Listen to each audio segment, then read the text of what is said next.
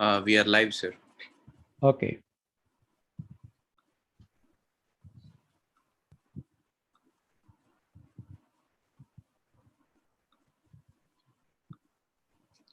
Good evening, everyone. Welcome to the live streaming of episode 2 from the documentary series P.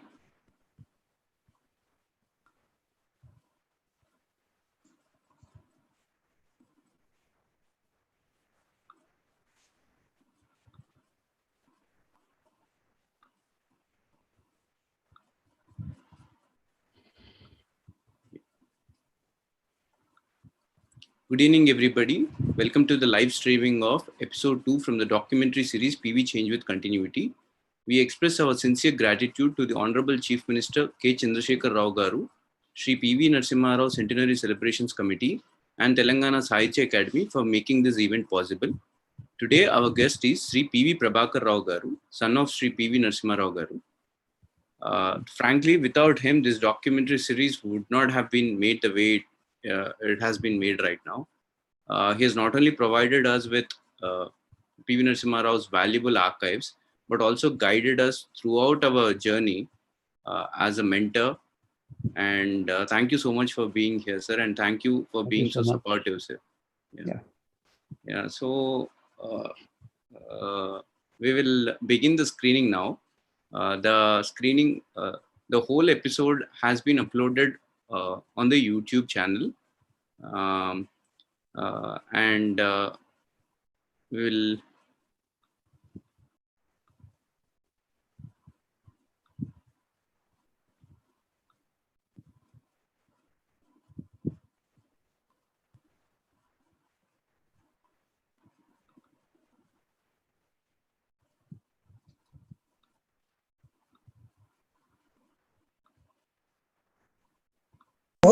he opened his mouth, and as you temperamentally, he was not.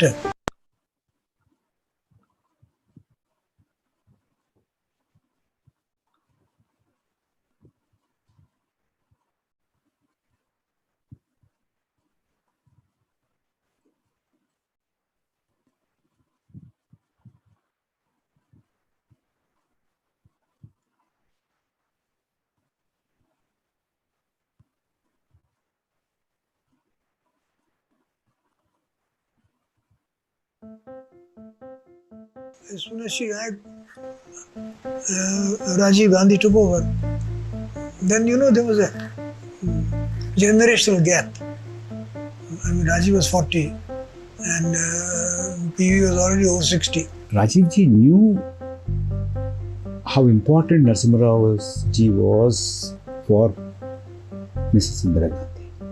Narasimha Rao held HRD. Before that, he was External Affairs Minister. Then he held Home. He also held Defense portfolios. Big portfolios they were all.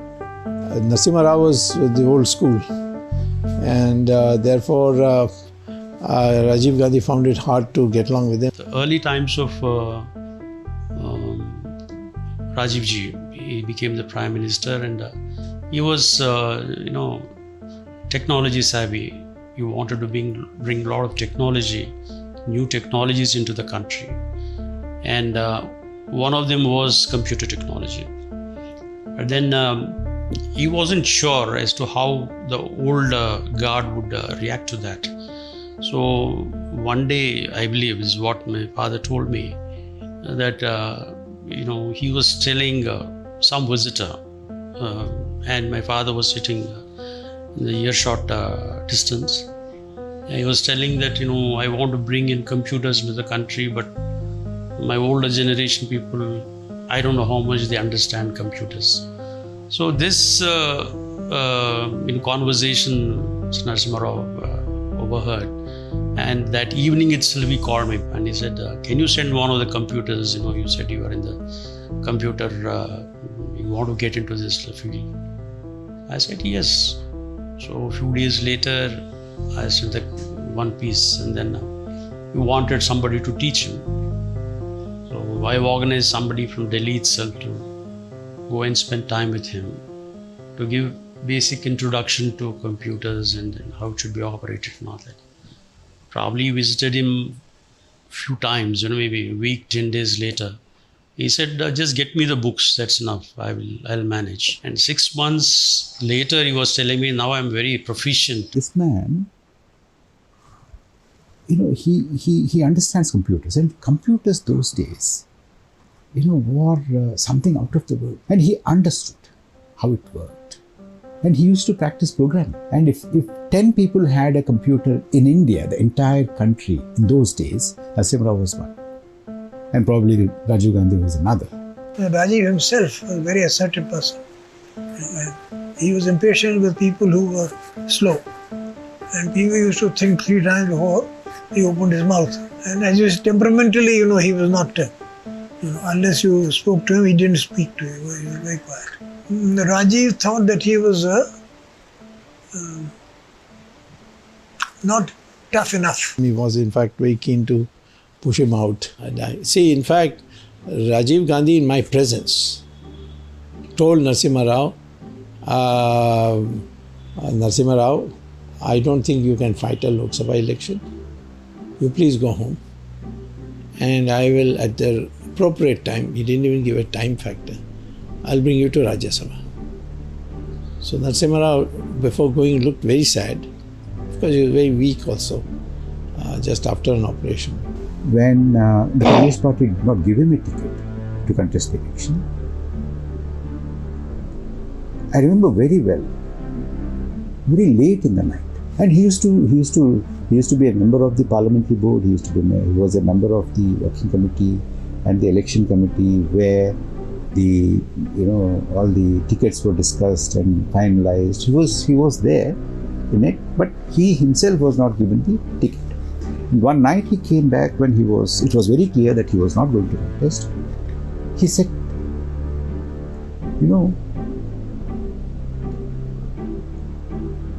I have contested every election that was held in independent India till today. This is the first ever time I am not participating in the election. He thought, he would be offered Rajya Sabha seat. But that was also not coming through. So when he decided to shift to Hyderabad, he was not sure as to how so many books could be transported back to Hyderabad.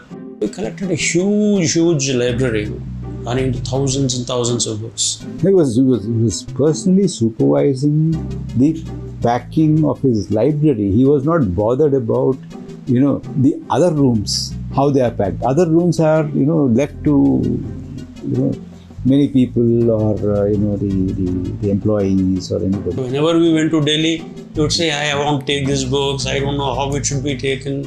Is lorry better, or should we send it in a train, or is airlifting better? This man would squat on the floor and see if this book is packed all right. This is an old book. Be careful. This is a rare book. You won't get a copy of this. Keep it in this box, not on that box, not in that box. That kind. He would immerse himself in these. Kutralam Swami, who was in Delhi that time, he was there for almost 6 months persuading my father, asking him to come and take up that mutt. He was also getting old. Swamiji said, I don't know how long I will live, so I would be happy if you are declared as my successor. And since nothing was happening this side on the political front, and the offer from Swamiji was there, he was almost deciding, to take up that assignment.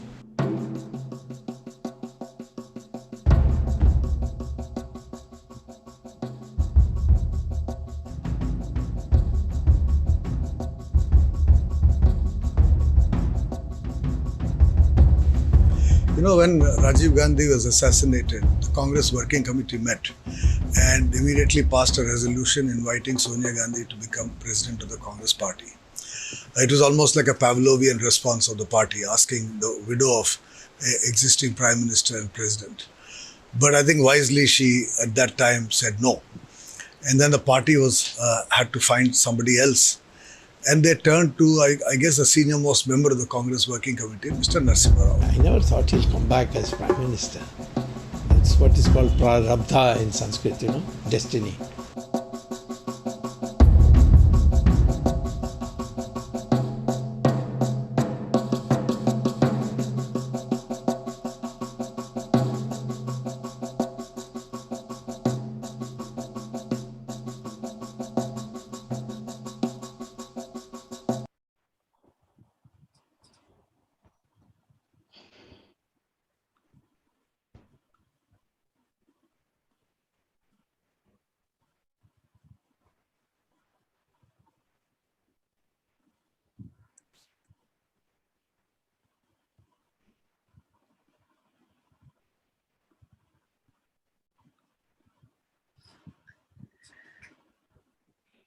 What do you think, Okay, sir? yeah, Srikar, that was very interesting because I've seen a few of them earlier, but then you made it very interesting. I just have to add a few more points. I would not say new points, but I just want to elaborate on a couple of things what Mr. Natwar Singh and Dr. Subramanian Swami have said. Natwar Singh made a statement that there was a generation gap between Mr. Narasimha Rao and Rajiv Ji. Yes, definitely. It was almost like 25 years difference, no doubt about that. But then people who know Mr. Narasimha Rao, I would say well enough, they will know for sure that anybody and everybody can meet him and converse with him at his level. I mean, their level, So there was no problem about the generation gaps. He would be at ease talking to a technologist in as much as he talks to a politician or a man of a spiritually oriented person or a man from a foreigner. So he would make other person put him at ease, and then this generation gap wouldn't really matter as far as Mr. Narasimha Rao is concerned. And the point which I made in the episode about Rajiv Ji, making a remark about the older generation. This is something which my Mr. Narasimha Rao himself told me, and he took it very positively. So he didn't get offended because of that. He saw an opportunity in that. That's the greatness of Mr. Narasimha Rao. He took that as an opportunity to learn a new skill. And I'm not exaggerating, but within 6 months after he started, learning this, technology, he was telling me repeatedly, this is now very comfortable. And I have several, interviews with me, which probably will get published soon by Telangana government, in which he goes on telling, Narasimha Rao tells, that the topic between him and Rajiv Ji mostly would be about technology and especially computer technology. And as Mr. Prabhakar just mentioned, if 10 people had computers in the country, definitely Rajiv Ji would be one, and Mr. Narasimha Rao would definitely be one. So that's what do you call interest they had in computer technology. And Mr. Narasimha Rao was a very quick learner.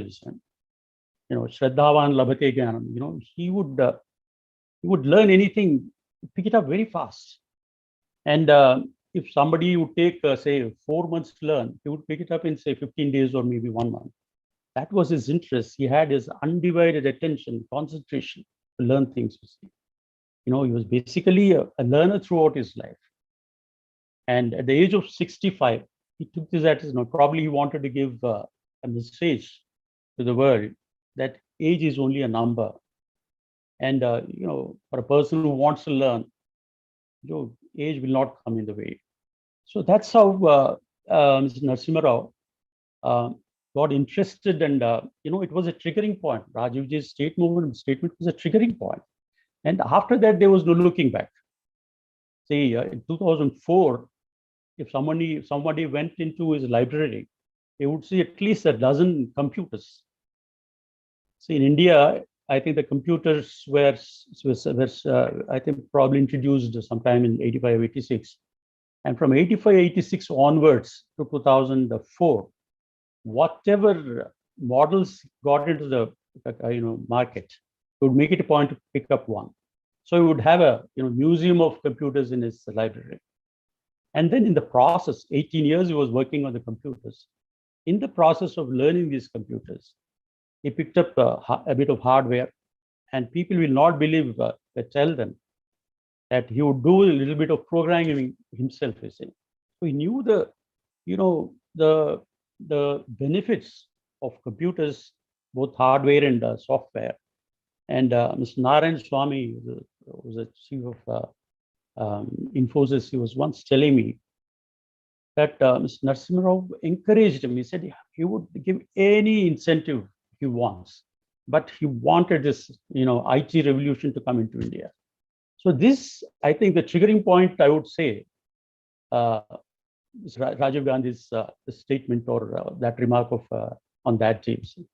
So it was a very positive. It had a positive impact on Mr. Narasimha Rao, and it really had, a great impact on his working. And the second statement was of Dr. Subramanian Swamy. He said he had never expected Mr. Narasimha Rao to come back as a prime minister, and it is prarabdha. I just want to share a small experience of mine with Mr. Narasimha Rao. In 1990, he developed a heart problem. Those days, 30 years ago, heart problem was a very serious condition.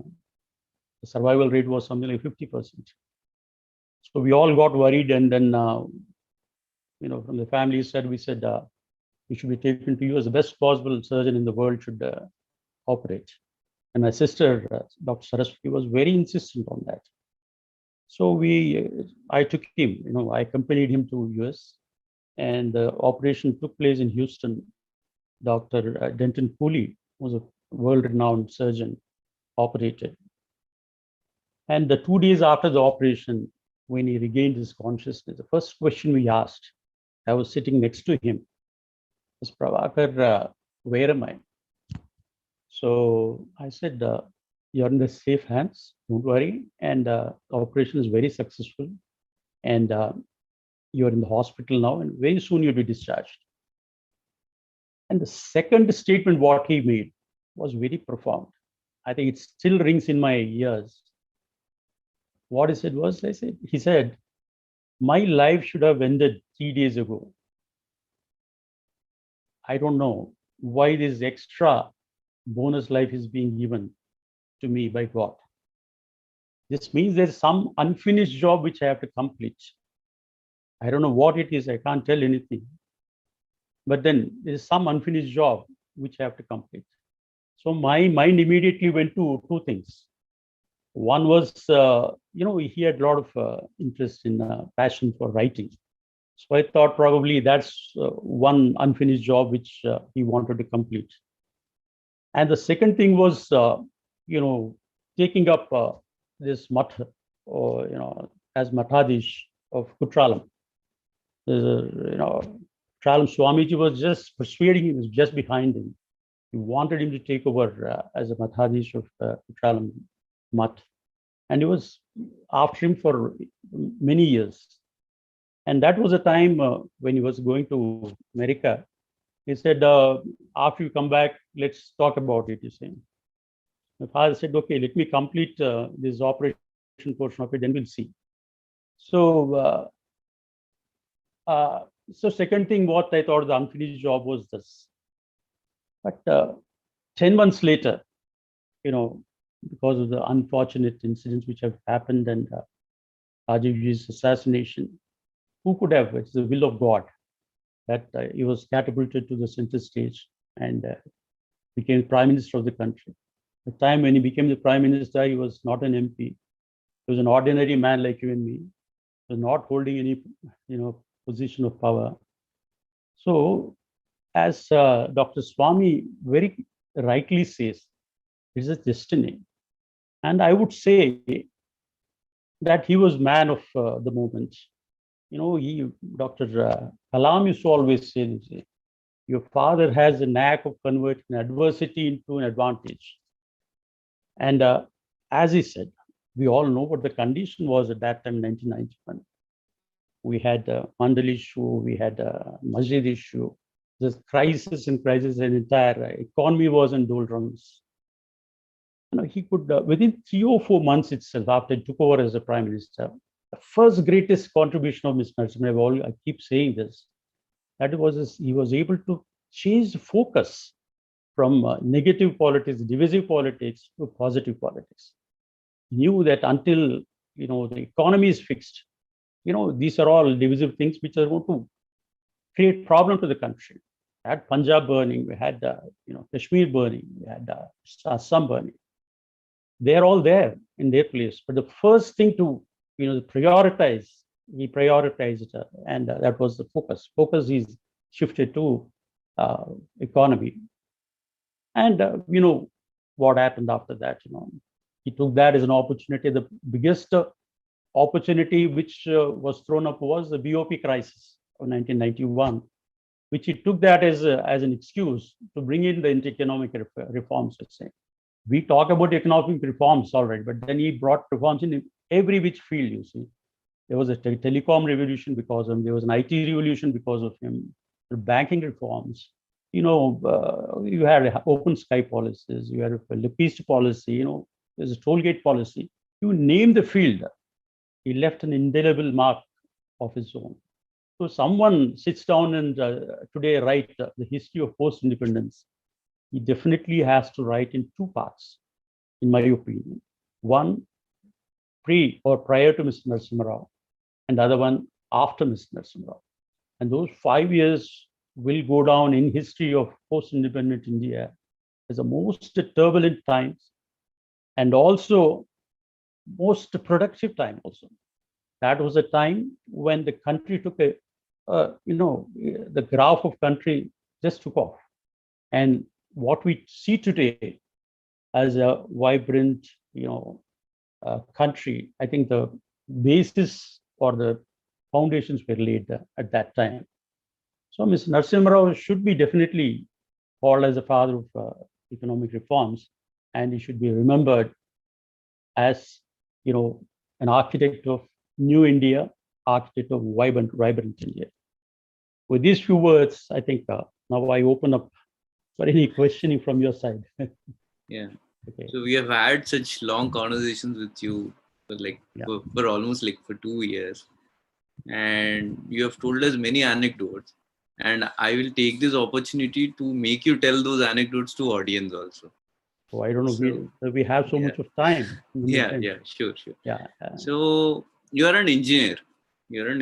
And did Narasimha Rao Garu had any influence on you taking up engineering? And what was his interactions with engineering and technology? I don't think he ever influenced anybody in the family. He never said that you do this or you don't do that. Okay. I mean, we are privileged lot where we were given full freedom to choose what we liked. We have lawyers in the family, we have doctors in the family. I'm an engineer. And the only question now, which I asked him, he was going to America, and I asked him which subject, which faculty I should choose. So there were choice of faculties I could have chosen because first 2 years were common. I studied in Indian Engineering College, Madras University, and the first 2 years were common. In the second year onwards, you could choose a faculty. So I asked him which faculty I should choose. And Ms. Narasimha Rao said, I'll think over it and let you know.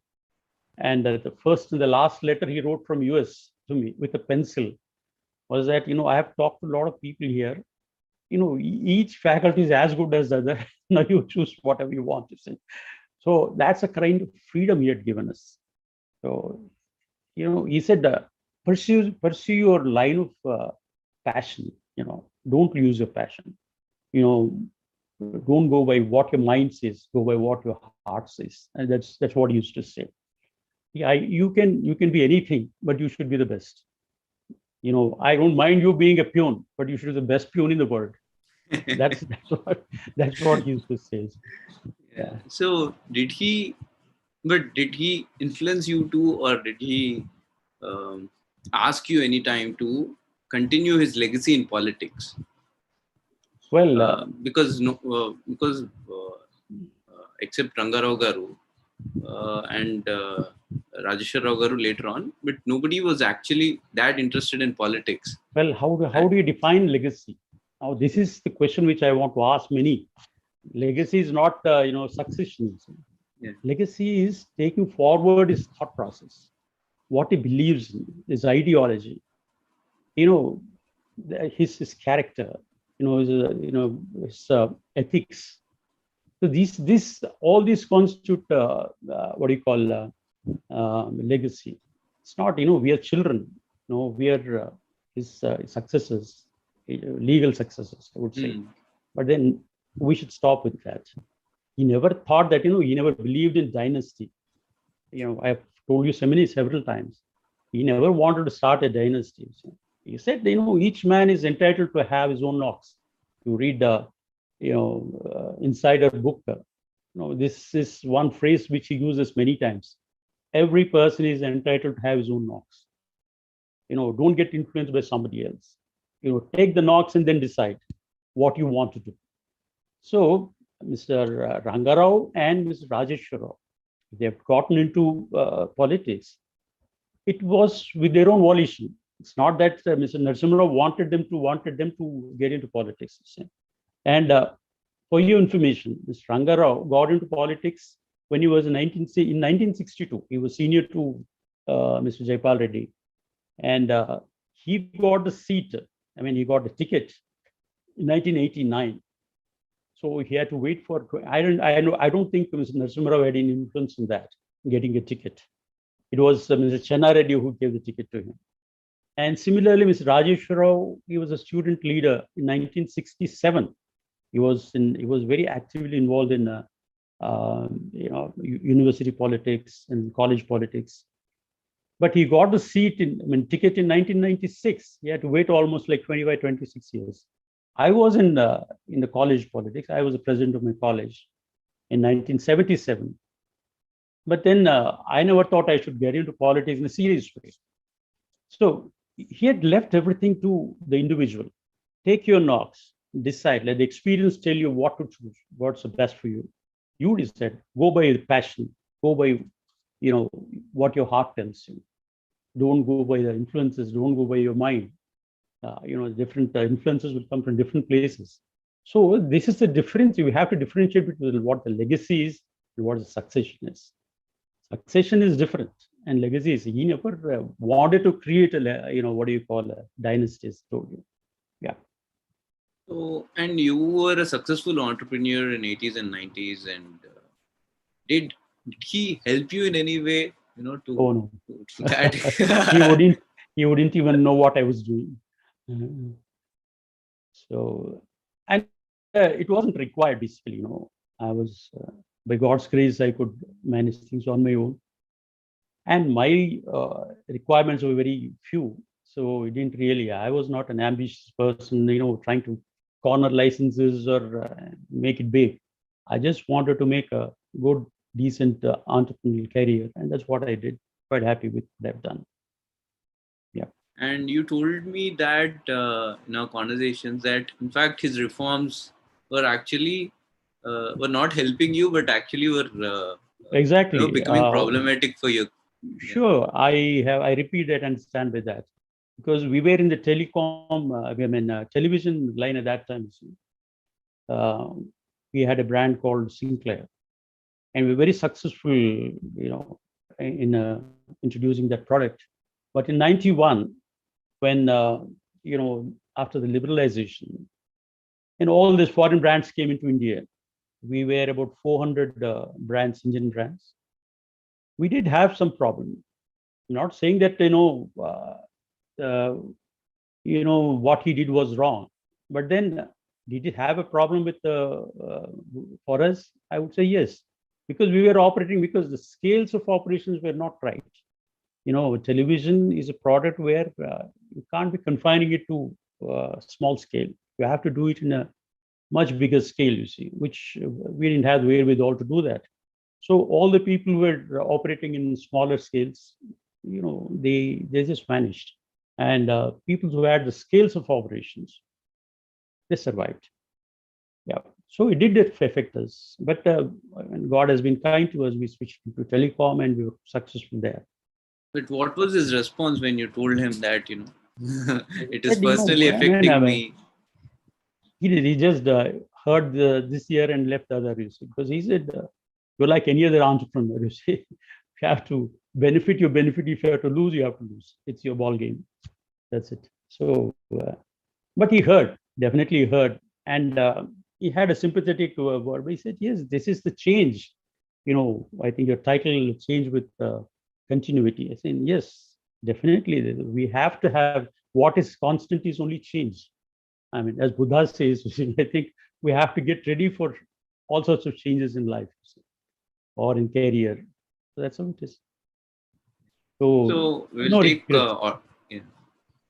No regrets. We'll take audience questions now. Yeah. Divya Nalapu asks, how did he influence you while growing up personally in terms of values or attitude towards public service? Well, I would when say, you're growing up? Absolutely. This is a very nice question. See, normally everyone expects a father to sit with the children and then, give it advice as to what would be done and what not to be done, what is right, what is not right. I would say Mr. Narasimha Rao taught us by live demonstration, by he himself practicing this. He never said, don't tell a lie. He didn't lie, that's it. So we didn't know that we should lie because we have never seen him lie. Normally I've seen very big VIPs, when there's a phone call and he's a very busy man, he says, hey, tell him I'm not there. That's what I have seen. I saw many people doing that. If he's available, he would make it a point to pick up the phone and talk to them. He would never say no. See, if he's busy otherwise, the private secretary himself would say that he is busy otherwise. Maybe I'll call up after half an hour. But he never picked up a phone. They said, tell that fellow I'm busy. Never. So I'm just giving one small example. So we have seen him, with ethics. So there's nothing else we could have done other than learning ethics from him. We knew that this is how the way of life should be. And he has demonstrated live demonstration. It was always like, what would he think if I lied? What would he think if I'd stolen something? What would he like if I do something bad? This, what would my father think was always, hanging in our head. So that itself was a factor which was controlling us. So that's it. It was a great influence on us, definitely. Corruption was something which we never heard of. So these are things which we have grown. So it automatically, we get simply influenced with that. That's it. Any other question?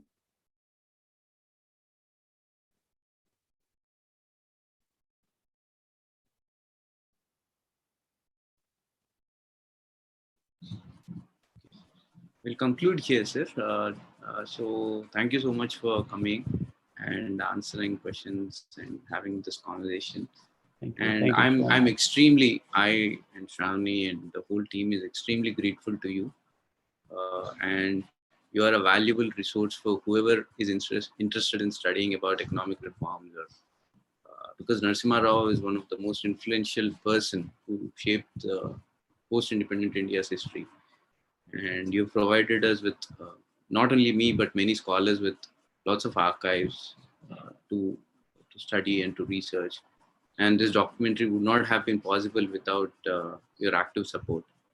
And thank you very much, Srikar. Yeah. You and Shravani really slogged it out. I think the entire credit should go to you. Yeah. For almost 2 years, you worked on this, and then you have not left any gaps. I'm very happy about that. You researched it very well, and then you've done a good job. I think this will be valuable piece of information to people who are genuinely interested in this Narasimha Rao. So this episode is only part of it. There are 8 of them, I'm told. So definitely it gives into a lot of insights into his lifestyles, the way he conducted himself, the work what he's done. And definitely, I think your good work has to be acknowledged. No doubt about that. Thank you so much. Thank you so much, sir. Thank you. Yeah, so there are 8 episodes in the series, and currently 2 episodes are available on the YouTube channel. The rest of 6 episodes will be uploaded every day, and we'll have live conversations like this. Tomorrow we'll have Dr. Montek Singh Ahulwale Garu, who was Deputy Chairman of Planning Commission, and we will meet again at 8 p.m. tomorrow. Okay, thank you very much. Thank you so much, sir. Thank you. All the best to you. Yeah, right. Bye-bye.